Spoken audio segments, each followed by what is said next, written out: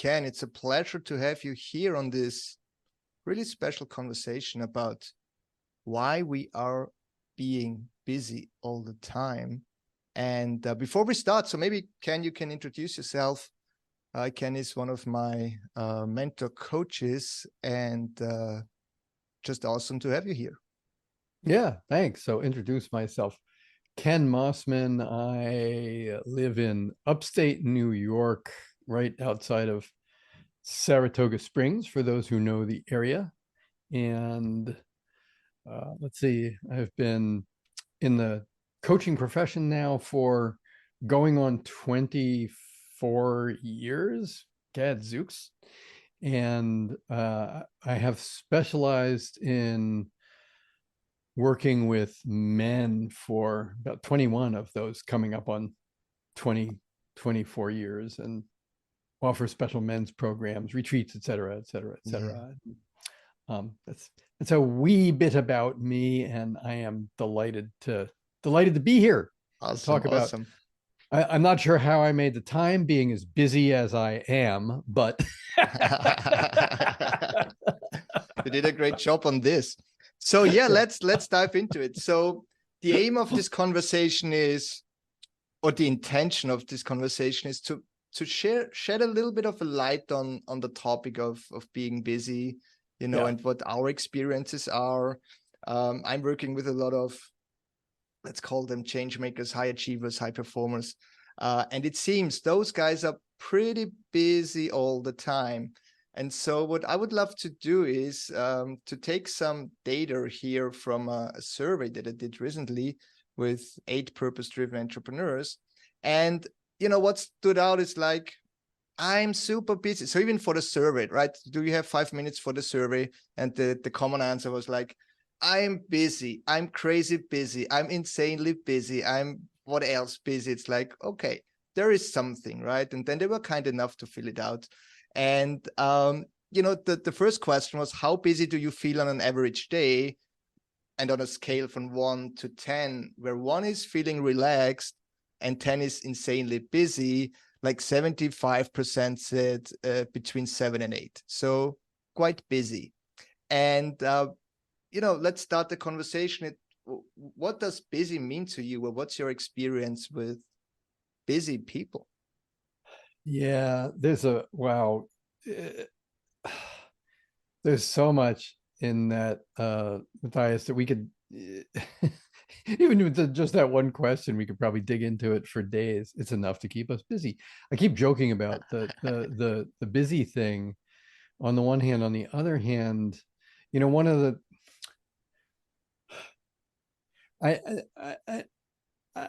I believe this is still true, and I don't have the data to back it up, but it's mostly based on observation, and that is that, you know, actually, I can't point to actually when this all began, but in the past couple of decades, certainly busy has become almost like a heroic mark, you know, a status, almost a point of status, if you will. Right. It's like, oh my God, I'm so busy. You know, well, can you gonna come out and join us on Tuesday for Humana? You know, I wish I could, but I'm just so busy. Yeah. And, you know, do you have time for this? Do you have time? I wish I could, but I'm just so busy. Which I think in many ways became an easier and more acceptable thing to say than just a plain no. Exactly. It's an easy way out, right? I'm busy. It sounds good. It makes me important. And whatever is behind it. It's so, you know, I think oftentimes, yes. Do people have a lot on their plates? Is there a lot to do? Yeah. Has it also become kind of this new throwaway catch-all excuse that's somehow perceived as couched in significance and or status? Sadly, I think it's a both. Yes. You know, yeah. Yeah, and I just want to be clear here also to the listeners. So it's not we don't want to make fun out of business or so. It's a fact, and we want to have here or create a safe space where with no judgment. Either it's good or bad to be busy. It's not the scope of this conversation. But what's really interesting is what I also found is, and you said it, it's like almost became a status symbol. And I also read a little bit about it, and it seems like, being busy can also mean, okay, I'm important. And I know this from back then when I was a researcher. It's like the guys who hung up in the lab until 10 p.m. or 11 p.m. These were the heroes. It doesn't matter if they watched YouTube for 10 hours, but if they're in the lab so long, they are the great guys. And this was like always confusing to me, because I went home at 6 and I was like the loser guy in the lab. It's like, why is this guy going home so early, right? And so this was something. And then something else came up in this article that I read from can't remember her name, but from a business leader who is doing research there, that it's also often, a way of not slowing down and having an honest look at yourself where you are right now. It's like, I don't have time to add to answering the big questions in life. I'm too busy, right? So maybe this is also something that you can relate to. Yeah, I think it become again, this is not a blanket rule for everyone all the time. That would not be useful, nor would it be fair. And oftentimes there is a way in which the I'm so busy, I'm too busy, I can't believe how busy I am, becomes a way of dodging what one might experience if one were to slow down. Yeah. One were to slow down. And yeah, I think we'll, I know there's more to say about that, but I'll let that sit and you can bounce off it. Yeah, and what I also experienced is, at least from those guys I was talking to, or also from former clients, it seems like being busy also goes hand in hand with, I will be more successful. The more busy I am, the more I'm working, the more successful I will become. On the contrary, if you say I'm slowing down, often these people feel guilty for, quote unquote, not doing anything, and slowing down doesn't mean I'm not doing anything. It's more like, for me at least, how I understand it, slowing down means taking time to reflect, taking time for myself, taking time for relaxation, meditation, whatever. But it seems like this is like counterintuitive. If I do these things, I won't come forward with my work. I need to be busy. Yeah, I think I think what you're pointing towards is there's this collapse between I am so incredibly busy, I barely have time to eat, sleep, hang out with etc. With having a full life, and those things are not, they're not the same. They're absolutely not the same. So and I think this is a really important place for people to look, because I know, and I can speak for myself, the times when I have really rubbed up against burnout, which is, kind of, it is a logical end point to what happens when one allows busyness to rule one's life. Then the busy running around is a sign that something's out of whack. Something's out of whack. And I know in those times where I have been the quote unquote busiest,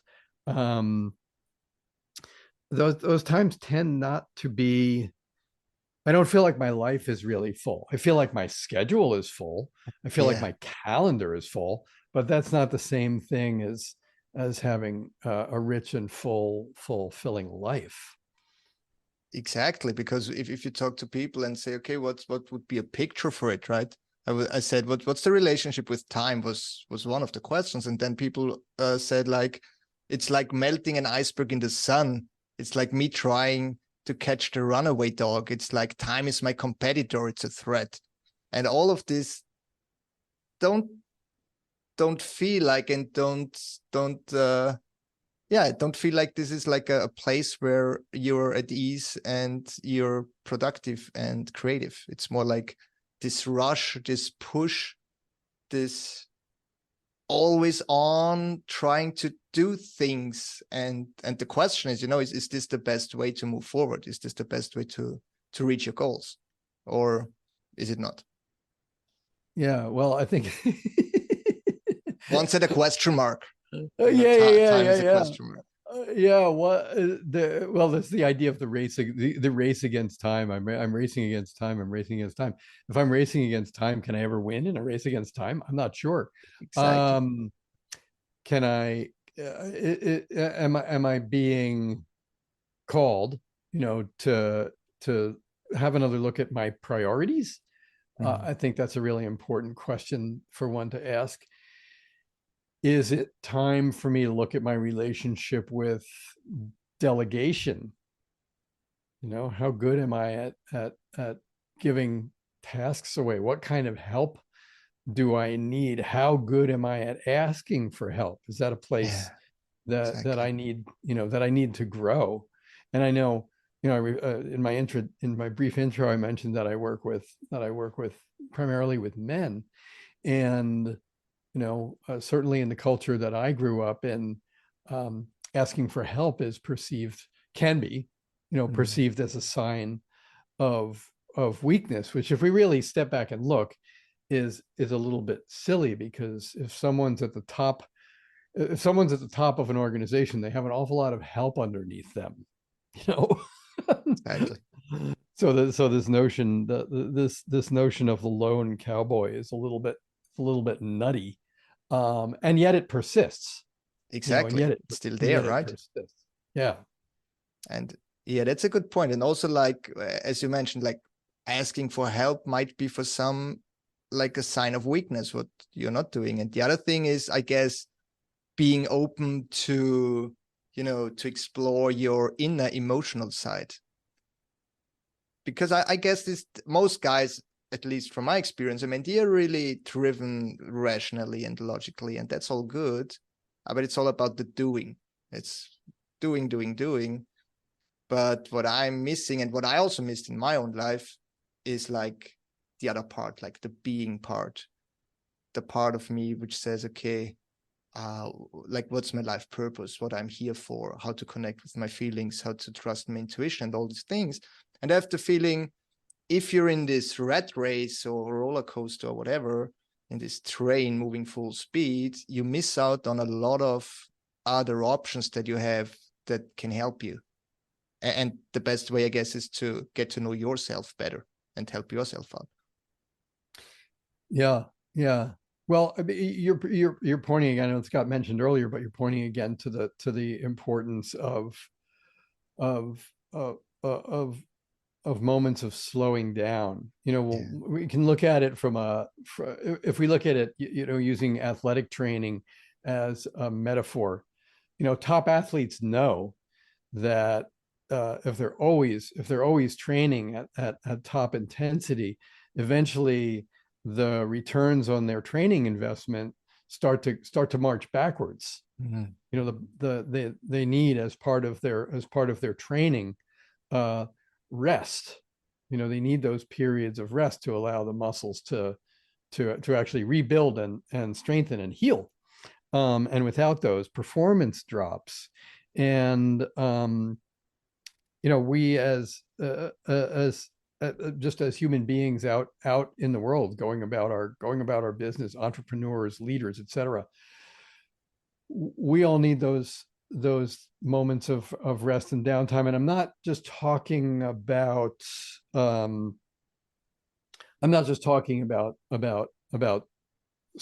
getting a good night's sleep. Yeah, for sure, that's a part of it. But it's also important to have to have downtime in one's waking hours. So it's not all, work, work, work, build the business, build the business, build the business. Yeah, important to work, important to build the business, important to, as you say, follow your purpose, have a mission that you're chasing after, and also have, as part of that mission, times when you're not chasing it. Exactly. And I think Yeah. that's the big trap for many purpose-driven leaders, because, if they want to change the world, there's always something to change the world, and there is always work to do, and it's never finished. So, and that's a good point. And that's interesting as well, from the aspect, or from the point of pro athletes. I've talked to some of them, like pro ice hockey players, who said we needed to sleep 12 hours. This was like the workout routine. Otherwise we couldn't perform. And still in society or in the business world, this is something that is, not really seen as a good thing to rest. It's more like you need to work harder. You need to work more. And that's really, yeah, it's interesting just to see this perspective of, who do we think we are if we're just running on full speed all the time without any pause, and then we want to perform. Right. Yeah. There is a Well, I know limit you to used this, right? to. There's a Yeah. biological limit to it. Right. Right. There are biological limitations to it. What what am I another colleague of mine, Dr. Neha Sangwan, just published a great book on burnout, called Powered by Me.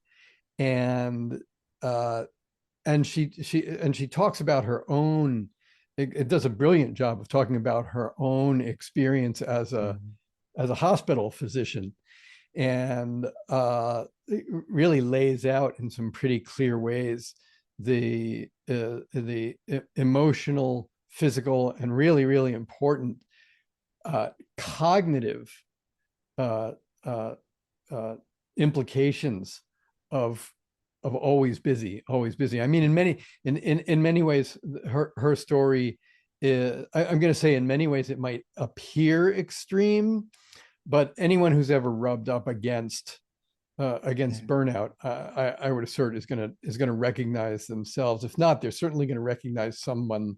If they've been around for a week or two, they're going to recognize a description of someone that they've encountered who's faced burnout. And it's a tough place to be, and dare I say, it's dangerous. Yeah. And it seems, it's all also, for me at least, not logical anymore. I was having a client, and she was saying she's now 40. She had already 2 burnouts, and she's feeling already like that the 3rd burnout is coming, but she can't stop working. And so this is like, from the outside, it's like, holy shit, what's going on here, right?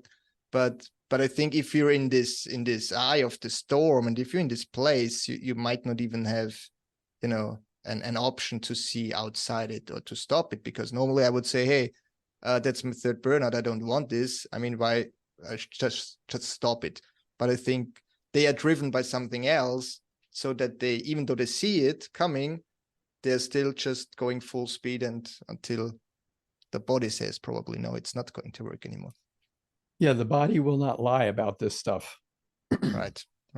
So yeah, that's, and then just following up with this, if the second question was, if busy is a choice, do you want to be busy? And 75% said yes, I want to be busy. And this was like, oh, that's interesting. I thought busy is like, no one wants to be busy, but it seems no, it's the other way around. And probably because it's like a status thing, or it's a way of not dealing with the important stuff in life or something. I don't know. But what's your take on this? Well, my take on it is it's also it's also a dangerously worded question. If being busy is a choice, do you want to be busy? Yeah, if being busy is a choice, do I want to be busy? Because it's like, well, what are the other choices? Not being busy, which is not really cool, right? Yeah, is so it's interesting, because the thing that I mentioned before is, do you want to have if you had a choice between, you know, if I had a choice between being busy and being fulfilled, you know, which would I take? Or if I had a Right. choice between an endlessly busy life and a satisfying life, well, which would I choose? So there might be Right. some Some issues with the way variation. there might be some issues with the way the question was asked, because I think it's an interesting thing, because I think most people, even people who've had experiences of burnout, would say, and I think this is the way the culture holds it, because we tend to see, and it's really easy to get stuck in black and white, you know, binary thinking, because if the choice, well, if I have a choice, if busy is a choice, would I choose busy? um yeah, probably, because I might be thinking, well, if I'm not busy, then that's probably a sign that I'm lazy, or if I'm not busy, that's Mm, probably then I'd probably be bored, or if I'm not busy, then I'm probably off purpose. So uh so it's really easy to kind of smush all sorts of right. assumptions and presumptions about what the alternative to busy is. Yeah. So therefore, I think there is the suggestion is also to do this kind of service by telephone and have a conversation with people, and Right. not doing it like in a written form like I did it, and then it's up to them and up to me uh how to get it, so to speak. Okay, so that's a good point. Yeah, so maybe that's about like, okay, if I'm not busy, I'm lazy. That might be something, and people don't want to be lazy. Right. That's a thing. That's okay. I will think about next time about this question. But then, but another one is like, what's the price of being busy? And here people really said, like, less time for my family, friends, and hobbies. Um, what's little time for myself, for sports. No time for relaxation, for focus, time for strategy, mindfulness, peace, enjoying the moment, getting lost in deep conversation. So what's the price of being busy? What do you think? Yeah. Well, again, I have to make some qualifiers. If I say, what's the price of being mindlessly busy or endlessly busy, then I come around to answers like you got in your in the survey, um, because I think the price of being busy, you know, there's the cliche: if you want something done, ask a busy person. Um, so the implication there is that someone who's busy knows how to, comes back to what you said about doing. It's like, if I want something done, I'm going to ask someone who's busy, because clearly they're not lazy, you know, they're someone who gets, there are someone who gets stuff done. But if I look again, if I'm looking for myself, what do I know the price of being for myself? What has the price of being busy been? You know, then I come back up against, then I rub back up against some of my burnout Mm. experiences, you know, Yeah. where I couldn't really see a way out, because I was so caught in the loop of, oh, this is mine, this is up to me, I'm the only one who can do this. It's kind of an egotistical viewpoint, by the way. Yeah. I want to add that in there. It's like, it is this trap of the ego. Like, I can't trust anyone to do this thing for me, or I don't have the time to train someone to do this for me, Yeah. or you know, I'm the only one who can execute. If you want something done right, you got to do it yourself. There's all of these Right. variations that, you know, I know from my own experience that I have uh, you know, found myself, those are feedback loops that I have found myself trapped in. And man, when I've been trapped in those feedback loops, it sucks. Yeah, and you don't see another perspective, right? It's like just And it's really hard. really It's hard. it's it's really hard to see another perspective. And yeah, it's tough, you know. Mhm. It's tough. Yeah. And I then love you that you need, brought that. yeah, Well, I just love that you brought that in, that you can't see another perspective, because it is this, you know, so it is almost like operating with, you know, with tunnel blinders vision, on. blinders. Yeah. Yeah. Yeah. Yep. Yeah. And And from your experience, you're a little longer in the game than me. What is A little it? longer in the 23, tooth, too. 22 years or so. So out of your experience, so how can coaching or mentorship help those guys if someone is is open to explore more and say maybe there are different ways or approaches to do it? Because obviously what's not working is if you want to convince someone who wants to be busy to slow down, because I think that's the paradox for them. Why should I slow down when I need to go fast? So what's your take on this? So what's possible if someone is open to it? To coaching, To coaching or mentorship, mentorship, whatever it or is. other Yeah. help. Yeah. Well, I think, again, we touched on the example of top athletes before. And what's true of top athletes is, if you look, they all have coaches, and it's not because they don't have coaches because they're lousy at what they do. They have Exactly. coaches because they want to excel at what they do. And sometimes the coach's role is to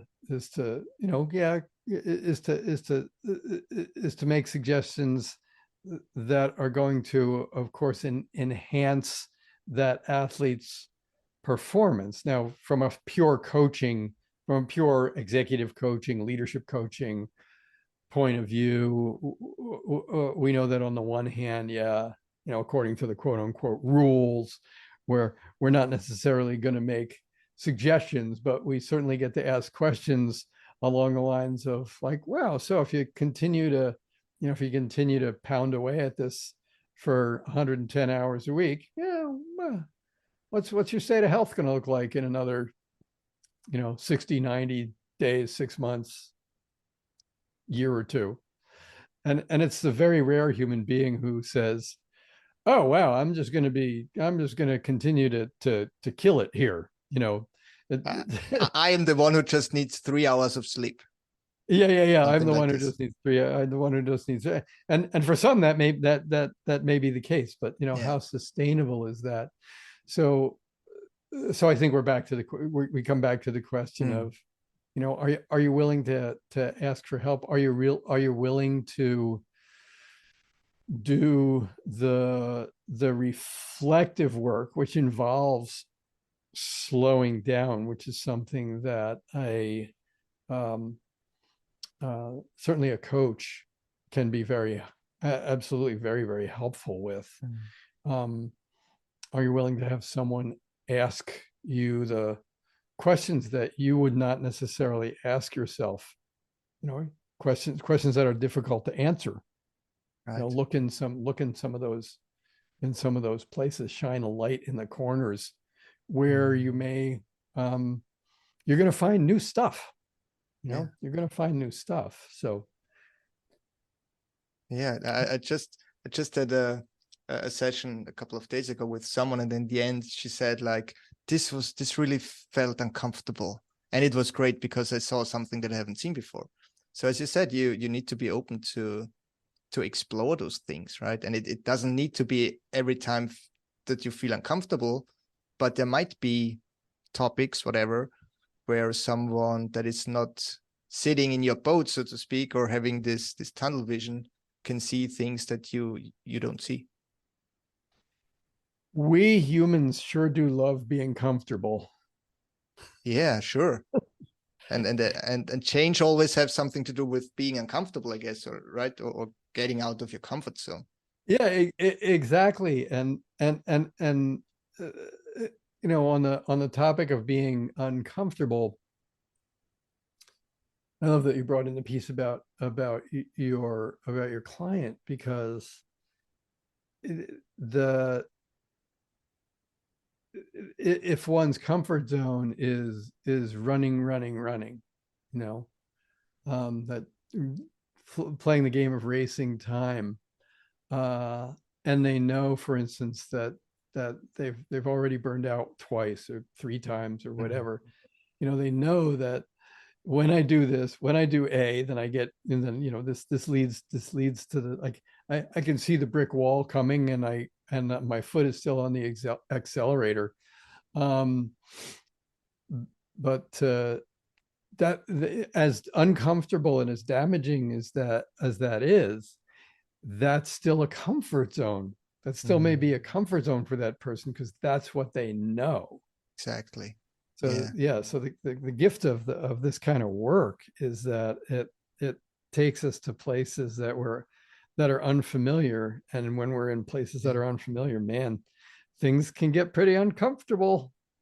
Yeah, and it can be also transformative. So when we were working together, like over 6 months, it's like, yeah, my life changed. I was working on my being, I was working on my doing, and it's I would say not only from our coaching but from the whole journey, like the last 2 years, it's like I'm a different person.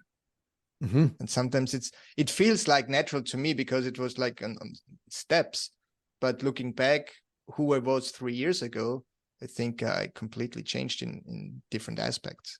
And so that's really, really powerful. And I was not aware of it because I always thought, I'm an introvert and this is how I am and I can't change. But, even neurobiology, neuroplasticity, everything points in the direction that you actually can change, even in when you're already older, like I'm 43 now, and I can be a completely new being, so to speak. And that's just the beauty of it. And so I would say coaching really changed my life for the better. And what I'm also seeing or experiencing is that a lot of people are not aware what it can do. And I also can't blame anyone for this because 3 years ago I had no clue what a coach is or what they're doing or why I need one or whatever. So it seems there is a lot of education still to be made for people. I think in corporates it might have landed, they know leadership coaching and the leaders need coaching or whatever, or they get it. But in other fields, I think it's quite new. Yeah, I think you're right about that. And again, and yeah, I've been at this for longer than you, so I've seen I've seen a whole lot of change over the course of times. Because I remember when I first started doing this work, if you had shared with someone that you were a coach, they oh, what sport are you coaching? And now I think there's an assumption where you can say things like, oh, I'm an executive, I'm a leadership coach, I'm a that there's you don't get I don't get the same kind of responses that I used to get. There's a whole lot more comfort out in the culture with it.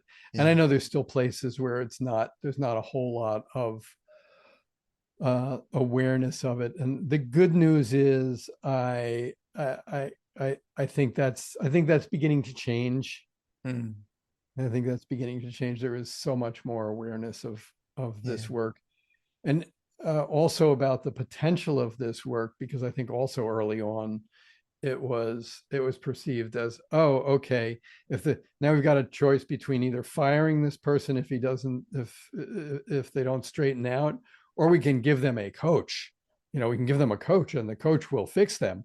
And Yeah, exactly.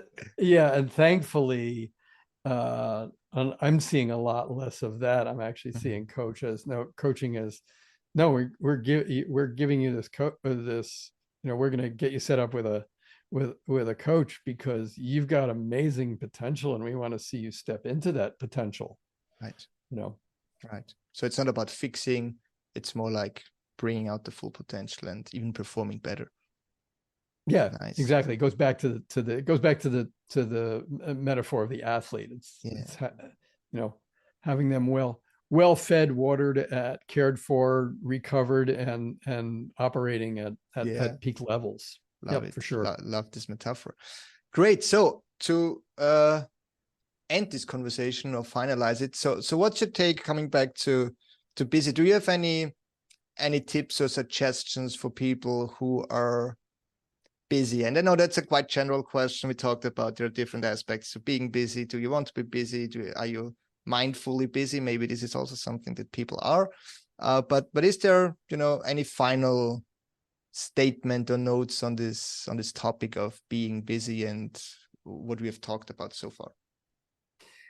yeah, here's a place I would, I do have some thoughts and perhaps some suggestions too. And that is if you've noticed, and it does take awareness, if you've noticed that your answer of choice, or your autopilot answer, more likely your autopilot answer when you're asked to do something, or asked to attend something, or asked to step away from work, is, oh, I'm so busy.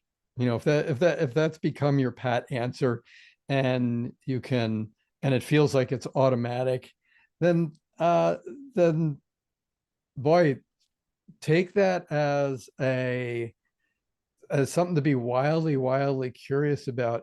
And if I could challenge people, I would challenge them to strike that response from their lexicon of potential answers.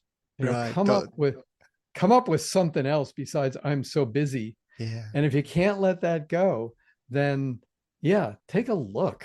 And is that because your life is full in a fulfilling way, or is it because you maybe don't know how to ask for help or delegate some of the things that we talked about before, or you're uncomfortable with the notion that if you slow down, you might discover something that maybe you're not willing to see.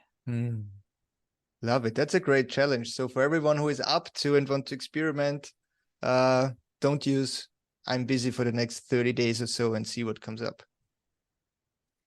That'd be Great. fun. Yeah, this is awesome. Thank you so much, Ken. So as a last note, if people, want to know more about you, are you also having a podcast? Where can they find you?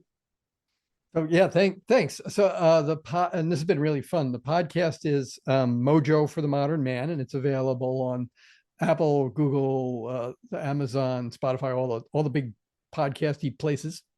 And they can learn more about me at my website, kenmossman.com, and find me on LinkedIn, etc.